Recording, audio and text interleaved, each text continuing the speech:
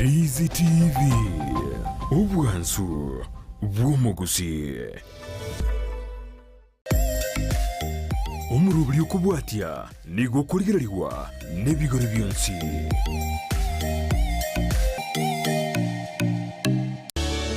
Kutana naye Pastor Morwabe Peter wa kanisa la Gospel Embassy mjini Kisii anapoleta saa ya wokovu na uponyaji. Pata mahubiri ya kukata na shoka na yenye uwezo wa kiroho. Saa 2 asubuhi hadi saa 8 mchana siku ya Jumamosi na saa 2 asubuhi hadi saa 6 mchana siku ya Jumapili pale kanisani Gospel Embassy. Pata uponyaji wa hakika na ushindi mkubwa. Siku ya Jumamosi saa 8 mchana hadi saa 10 jioni na siku ya Jumatano saa 3 hadi saa 7 mchana katika kanisa la Gospel Embassy mjini Kisii.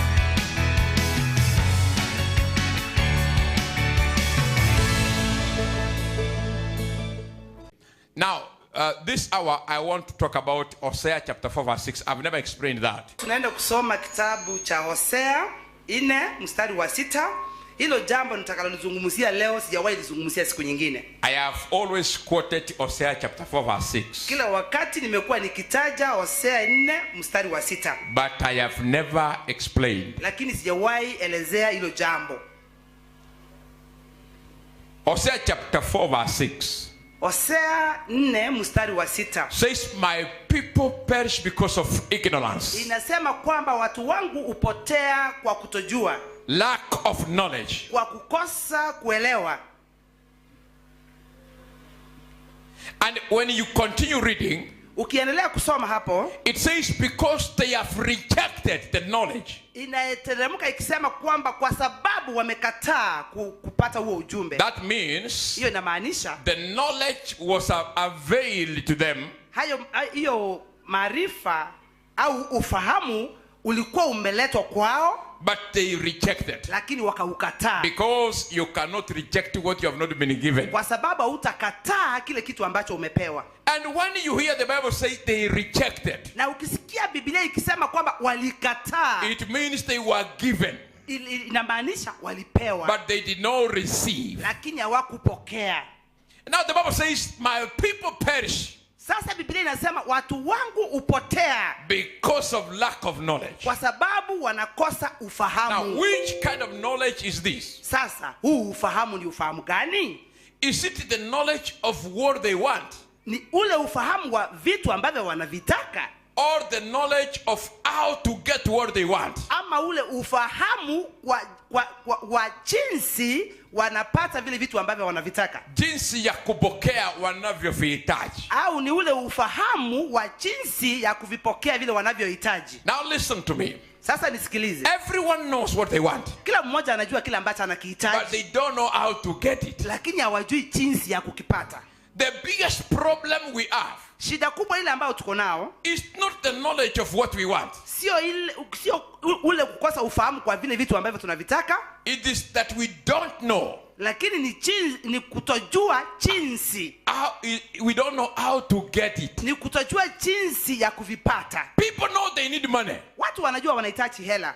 They know they need anointing. Wanajua wanahitaji upako. They know they need grace. Watu wanajua wanahitaji neema. But how to receive it? Lakini jinsi ya kuipokea is where there is a dilemma. Hapo ndio kuna shida. Praise God. Bwana Yesu asifiwe. Hallelujah. You know you need a good house. Unajua unahitaji nyumba nzuri. You know you need a better car. Unajua unahitaji gari nzuri. You need a good and peaceful family. Unajua unahitaji familia ambayo ni nzuri zaidi. But how can you attain it? Lakini utaipataje? That is where there is a dilemma. Hapo ndio kuna shida.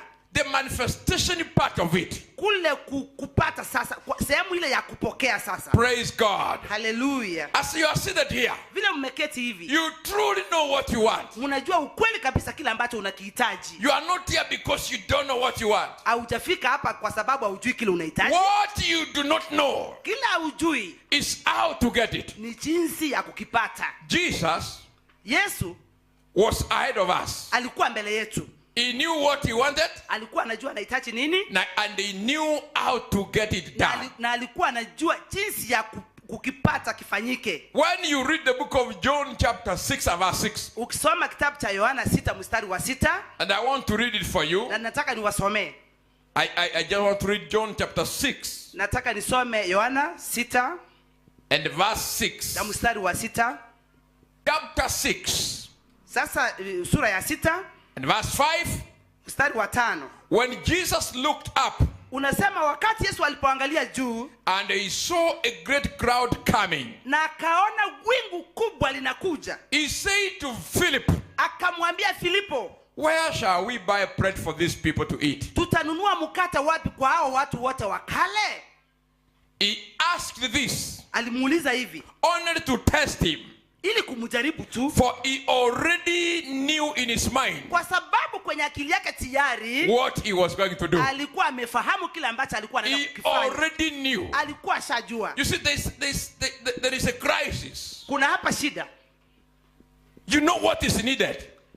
Unajua kile ambacho unahitaji. It is food that is needed. Ni chakula kinahitajika hapa. And when you look at the number of people, Na ukiangalia ule umati wa watu, you do not have the money to buy food for all of them. hauna pesa ya kuwanunulia chakula And wote. probably you may not even have adequate food to satisfy all of them. Na uende ikawa una chakula cha kutosha cha kuwatosheleza hao watu wote. But the Bible says Lakini Biblia inasema Jesus knew what to do. Yesu alijua kila. I'm asking you a question. Mimi nakuuliza leo. Do you know what you can do to have the house you want? Wewe unajua kile ambacho unaweza kufanya ili uwe na ile nyumba unahitaji. Many of you want to relocate from your ancestral homes to a better place. Wengine wenu mnataka kuhama kule ambapo mmezaliwa kwenda mahali pazuri. But sometimes when you sit down, Lakini wakati mwingine ukiketi, you say, unasema if my people could allow me to sell, watu wetu wakinikubalia niuze, I could sell here naweza kuuza and hapa buy there. ninunue pale. But what if they refuse? Na wakikataje? What is the next thing you can do?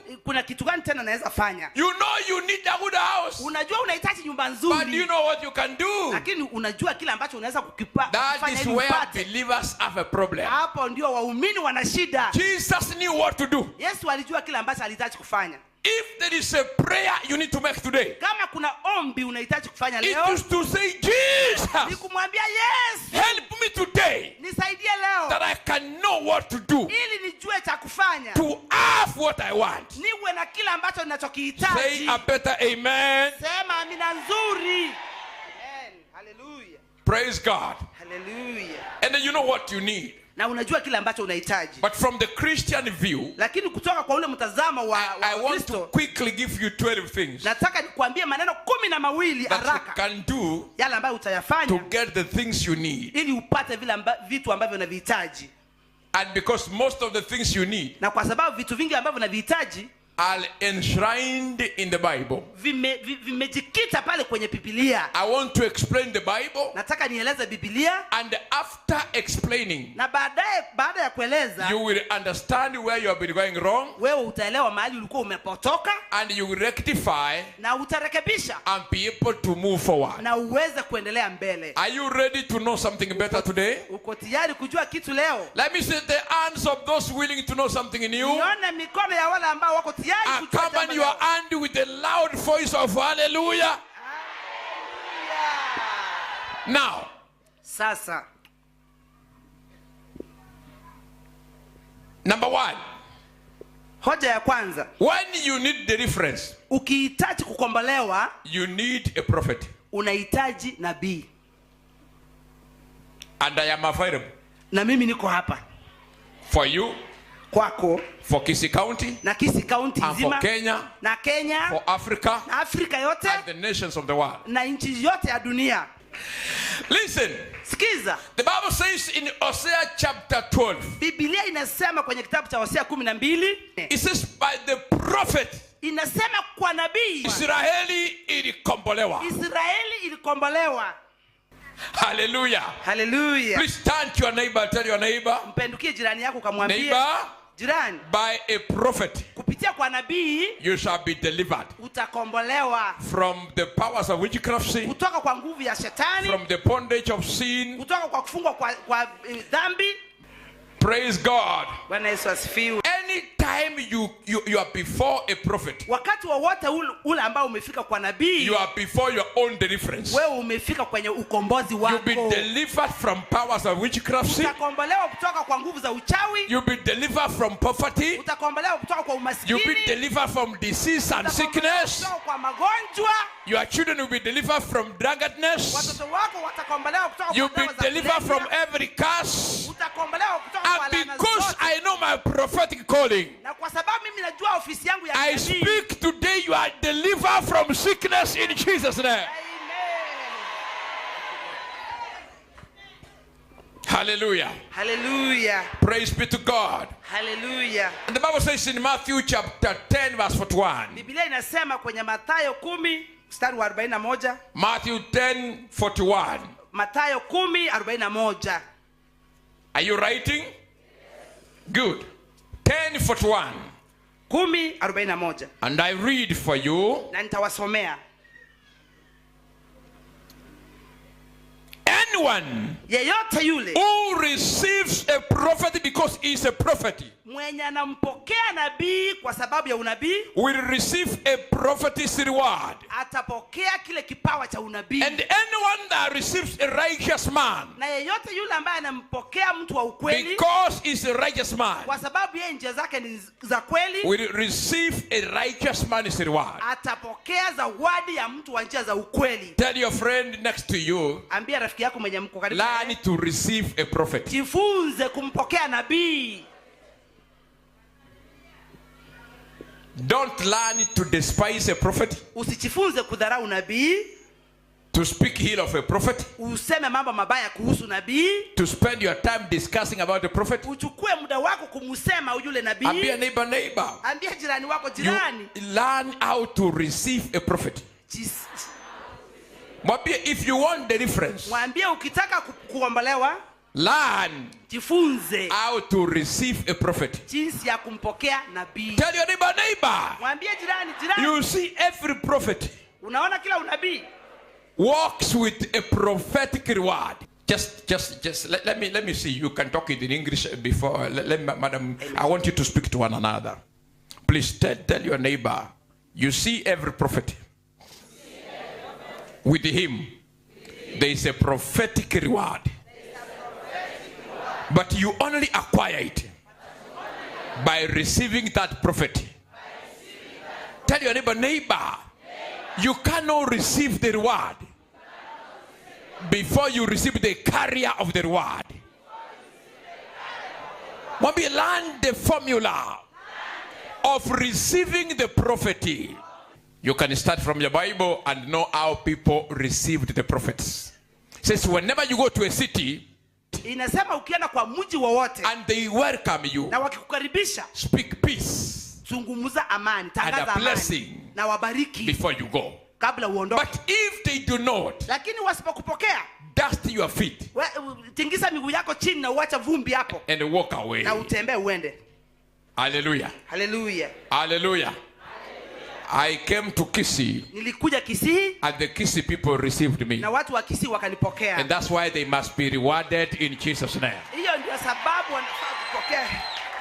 Any one of you, Kila mmoja wenu you are despised by people. ulikuwa umedharauliwa na watu, You are mocked by people. ulikuwa umechekwa na watu, Simply because you received a prophet. kwa sababu tu ulimpokea nabii. As Jehovah my God lives, Vile Mungu wangu aishie, everything I carry in terms of prosperity shall be your portion in Jesus' name.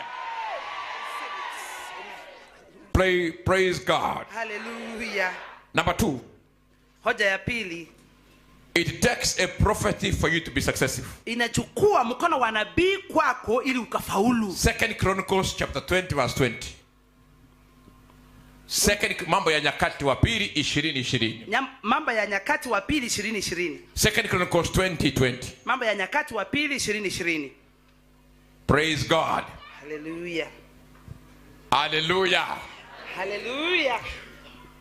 Hallelujah. Haleluya. 20:20 says, have faith in God Inasema muamini Mungu and you shall be established. na utabarikiwa. Believe also in his prophets, Uamini kwenye manabii wake, and you shall be successful. na utafaulu. Hallelujah. Hallelujah. In whatever engagement you are engaged in, Kwa chochote kile ambacho unakifanya, and you want to be successful, na ukitaka kufaulu, believe in what we tell you. amini yale mambo ambayo tunawaambia. God never does anything among humans Mungu hafanyi chochote miongoni mwa watu without his informing his men, the prophets. bila kuambia manabii wake. Amos chapter 3 verse 7. Amosi 3 mstari wa 7. God bless you. Are you there? We are going to number 3. Tunaenda hoja ya 3. If you need a blessing, Ukihitaji kubarikiwa, have a father. kuwa na baba. Amina. In Hebrews chapter 7 verse 7, Katika kitabu cha Waibrania 7:7 it says the lesser are blessed by the greater. inasema wale ambao wako chini wanabarikiwa na wale wako juu. Praise God. Hallelujah. Not everybody can be a father. Si kila mmoja atakuwa baba I yako. said Hebrews chapter 7 and verse 7. Nilisema Waibrania 7 mstari wa 7. Praise God. Hallelujah. Hebrews chapter 7 and verse 7. Waibrania 7 mstari wa 7. It says the lesser are blessed by the greater. Inasema wale ambao wako chini wanabarikiwa na wale wako juu. And there is no child that is greater than his father. Na hakuna mtoto ambaye yuko juu ya babake. The father is always greater Baba kila wakati ndiye anakuwa juu, because he's the carrier of the seed that produced you. kwa sababu yeye ndiye anabeba ile mbegu ambayo If ilizaa. I am talking to you, say, I hear you. Hallelujah. Nakusikiza.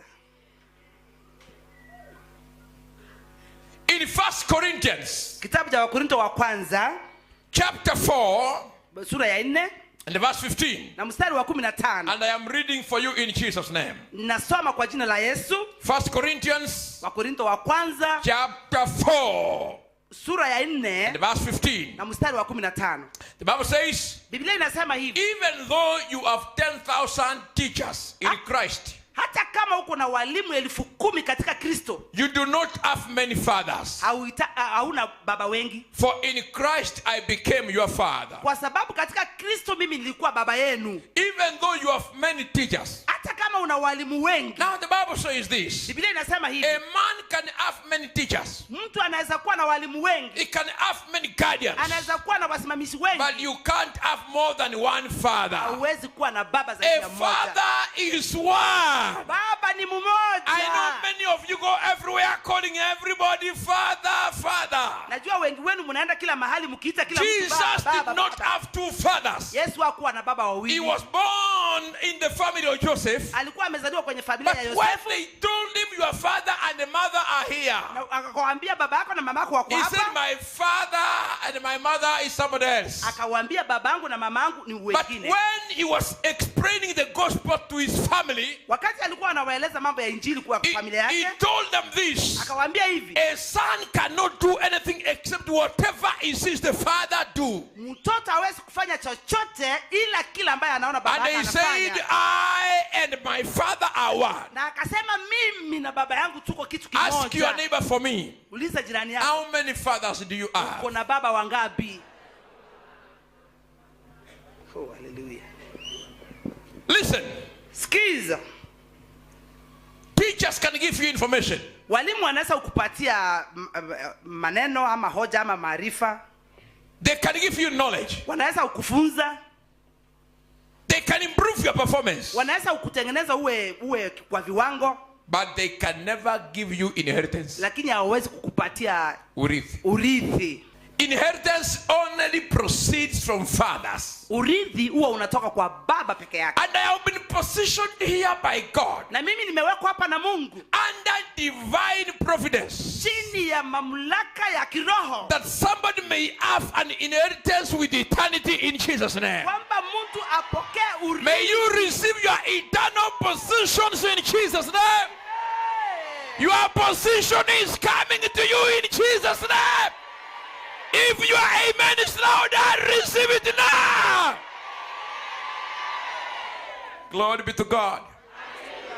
You cannot have so many fathers. Hauwezi kuwa na baba wengi. As the Bible says, you can have many teachers. Biblia inasema unaweza kuwa na walimu wengi. But you cannot have many fathers. Lakini hauwezi kuwa na baba wengi. The teachers can be as many as possible. Walimu wanaweza kuwa wengi tu. Let me tell you.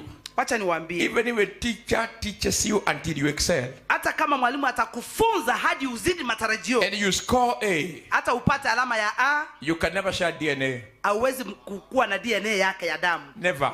Hauwezi. But even if your father is a drunkard, Lakini hata kama babako ni mlevi and is a madman, na ni wazimu, he walks around naked, na anatembea kila mahali akiwa you uchi, share DNA, mnashare ile DNA and you can share resemblance. na mnafanana. There is no teacher that can teach you until you resemble him. Hakuna yule mwalimu atakufunza mpaka umfanane. But even if your father does not teach you, Lakini hata kama babaka and it akufunza is purposed by God, na amewekwa hivyo na you Mungu, will be an exact copy. utakuwa kama yeye. Jesus says, Yesu anasema, Jesus is the express image of the Father. Yesu ndiye anamfanana baba. Hey! Hey!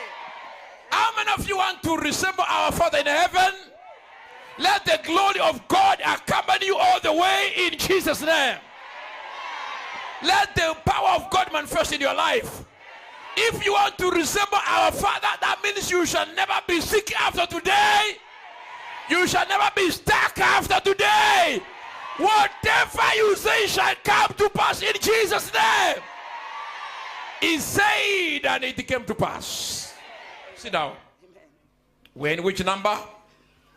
Number 4. Kwa hoja ya 4, It takes one with grace to share it with others. inachukua ule mkono wa mmoja ambaye ana neema ili kuwapatia wengine hiyo neema. The Bible says in Philippians 1:17. Biblia inasema kwenye kitabu cha Filipo Wa Filipi 1:17 that the Apostle Paul says, you share in my grace. kwamba mtume Paulo anasema tunatembea kwa neema moja. Let me tell you the truth. Wacha niwaambie ukweli. I was given very unique grace. Mimi nilikuwa nimepewa neema iliyo tofauti sana. Very unique. Iliyo tofauti sana neema yangu. I don't struggle. Huwa singangani. You want not to struggle? Hauhitaji kungangana. By my word, your struggle has ended today in Jesus' name. Thank you, Lord. It takes one with grace Inachukua mkono wa neema to share kupatia wengine that grace with others. hiyo neema aliyo The nayo. Apostle Paul shared the grace with Timothy, and he shared the grace with Titus. Alishia neema yake na Timothy na Titus. He shared it with every other person. Alishiriki hiyo neema na watu wengine wote. Even to us that are existing in our generation, Hata na sisi ambao wa kisasa we are hiki operating under that grace. tunatembea kwa hiyo neema. It's a shared grace. Ni hiyo neema ambayo tunashiriki kwayo. Listen to me. Nisikize. Shared is not the same as borrowed. Kushiriki si kama kuazima. When you borrow, you are supposed to refund. Wakati unaazima unafaa But urudishe. when you share, you possess. Lakini ukishiriki nayo Amen. Amen. I'm not borrowing you grace. Mimi siazimi neema kutoka I'm kwenu. sharing you grace. Ninashiriki na nyinyi neema. So that the things I do, you also shall do. Vile vitu ambavyo navifanya na wewe The way ufanye. I get satisfied, you can be satisfied. Vile naridhika. Listen, somebody can borrow you money to buy food. Mtu anaweza kukuazima pesa ununue chakula. You will refund the money. Utarudisha hizo But pesa. somebody can share with you his own food. Lakini mtu akishiriki na wewe chakula, You are not supposed to refund the food. hautairudisha. I share with you the grace of prosperity by my word in Jesus' name. Let it be your own portion in Jesus' name. If your amen is louder, let it happen by acceleration. Let your things move faster, faster, faster. In Jesus' name. Hallelujah. Shout and say, I receive grace. The Bible says, come to the throne of grace, Biblia inasema uje that you may receive grace ili uje ukapate hiyo neema that will help you to survive in difficult times. ambayo itakusaidia uishi kwenye shida. Hebrews 4:16. Waibrania 4:16. Praise be to God. Hallelujah. Which number we're into? It takes anointing to break the yokes. Inachukua upako kuvunja nira. Isaiah 10:27. Isaya 10:27. If there is anything disturbing your home, Chochote kile ambacho kinakusumbua kwa anything nyumbani, disturbing your family, chochote kile ambacho kinasumbua familia yako, you are not able to break through, hauoni chochote mbele, you are supposed to access the anointing, unafaa kupata upako. and every satanic yoke shall be broken. Na kila maroho ya giza ya And as I shetani stand here yanavunjwa. today, As I stand here today, naposimama hapa, I supply you with anointing inadequate, and every yoke shall be broken. amen, Your life shall never be the same in Jesus' name. Praise be to God. Number 6. nambari ya 6, It takes fasting to increase the anointing. inachukua kule kufunga ili kuongeza upako. It takes fasting to increase the anointing. Inachukua kule kufunga kuongeza upako. Luke chapter 4 and verse 1 Luka 4 mstari wa kwanza and verse 18. na mstari wa 18. Jesus went fasting, Yesu alienda kufunga, full of the Holy Spirit. akajawa na Roho Mtakatifu, They went fasting. na akaenda kufunga. Luke chapter 4 and verse 1. Luka 4 mstari wa kwanza, And you can also go to verse number 18. na hata mstari wa 18 utaweza kusoma. After he had fasted and prayed, Alipofunga na the kuomba, Bible says Biblia inasema he came back. akarudi, And he says the power, the Holy Spirit is upon me, na akasema Roho Mtakatifu yuko for nami he has anointed me. kwa sababu amenitia mafuta. Let me tell you, child of God, Wacha niwaambie mtu when wangu, you receive any package of anointing ukipokea upako wowote and you want to increase it, na unataka uongeze, subject it to fasting. enda ukafunge, It will grow faster, enda ufunge na wote and the itakuwa, unbroken yokes of your life na ile mambo shall inakusumbua be broken immediately in Jesus' name. Praise God. Number 7. It takes faith inachukua imani to live, kuishi, to heal, kuponywa and to stop satanic manipulations. na kukomesha mambo yote ya shetani ambayo yako kwenye maisha yako. Romans 1 verse 17. Warumi sura ya 1:17, The just shall live by faith. wala ambao ni waaminifu wataishi kwa imani. James chapter 1 verse 6 and 7. Kitabu cha Yakobo 1:6-7, With faith you will receive everything. kupitia kwa imani utapokea kila kitu. And Ephesians chapter 6 verse 14 Waefeso mstari wa 6:14 says, put on inasema faith, chivishe ngao ya imani, with which you shall extinguish the burning arrows of the enemy. na kupitia kwayo utazima miale yote ya shetani. Ask your neighbor, Uliza jirani yako, do you want to stop the devil? nataka umsimamishe shetani? Carry faith with you. Beba imani na wewe. Amen. Amen. When you leave this place, Ukitoka hapa, if there is a devil that has been disturbing you, kama ni shetani amekuwa ikusumbua, my speech shall supply you adequacy of faith. Amen, amen. Because faith comes by hearing. Imani huja kwa kusikia. And you are listening to me attentively. Na sasa unanisikiza I kwa give makini. you a package of faith to stop the enemy. Somebody told me, Mtu mwingine aliniambia hivi, there's a lady in this church kuna mama kwenye hii kanisa who wrote me a message akaniandikia ujumbe that a snake approached where she was working. kwamba nyoka alikuja mahali alikuwa anafanya I don't know kazi. whether she's here. Sijui kama yuko hapa ndani. Oh, she's there. Yes, a big snake. Ati nyoka kubwa. A big snake Nyoka kubwa approached our territory. ikaenda mahali alikuwa. And people tried to kill it. Na watu wakaanza kuiua. It refused to die. Ikakataa kufa. And they tried to burn it. Wakajaribu kuichoma. It refused to burn. Ikakataa kuchomeka. Then she remembered, Alafu akakumbuka, I have the anointing oil. niko na mafuta. Niko na mafuta. Hallelujah. Tell your neighbor, remember you have the anointing oil. Ukumbuke una mafuta ya upako. Mwambie, remember you have the anointing oil. Kumbuka una mafuta ya upako. Remember you have a weapon with you. Kumbuka una silaha. Amen.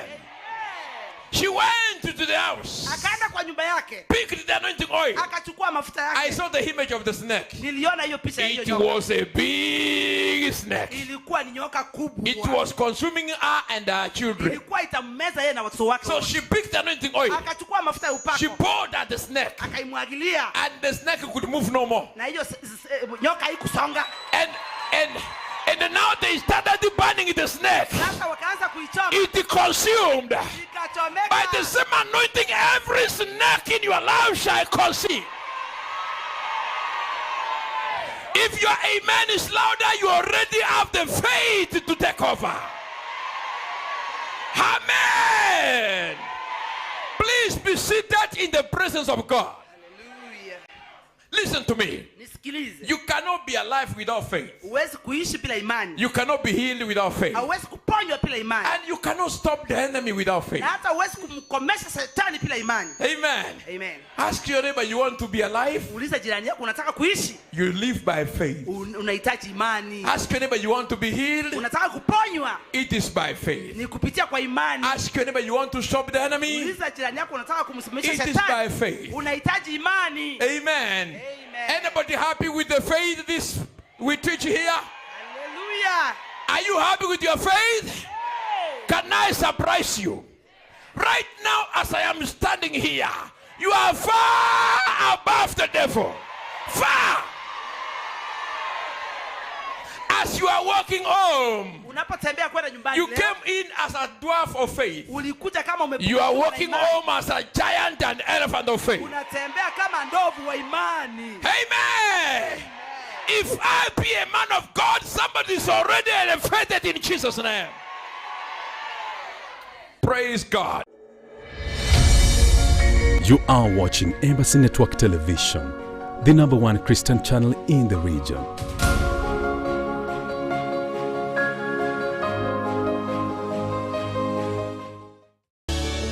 Kutana naye Pastor Morwabe Peter wa kanisa la Gospel Embassy mjini Kisii anapoleta saa ya wokovu na uponyaji.